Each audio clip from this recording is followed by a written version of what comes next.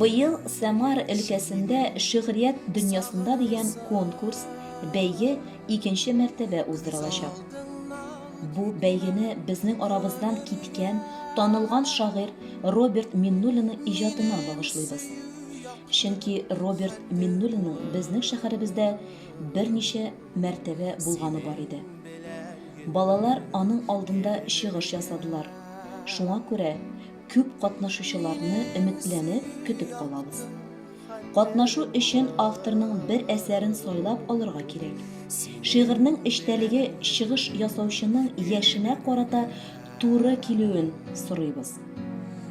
15 октябрьгә кадәр шигырьне ятлап, видеога яздырып, Татар дуслык сайтының редакторына җибәрүегезне сорабыз. Конкурсның уздыру форматы мөмкинчелек булганда конкурсантлар белән очрашып, жюри алдында кара-каршы форматта булачак. Уздыру урыннары, үзгәрешләр турында алдан хәбәр ителәчәк. Син үлгәнче мине сагынырсың, минут сайын мине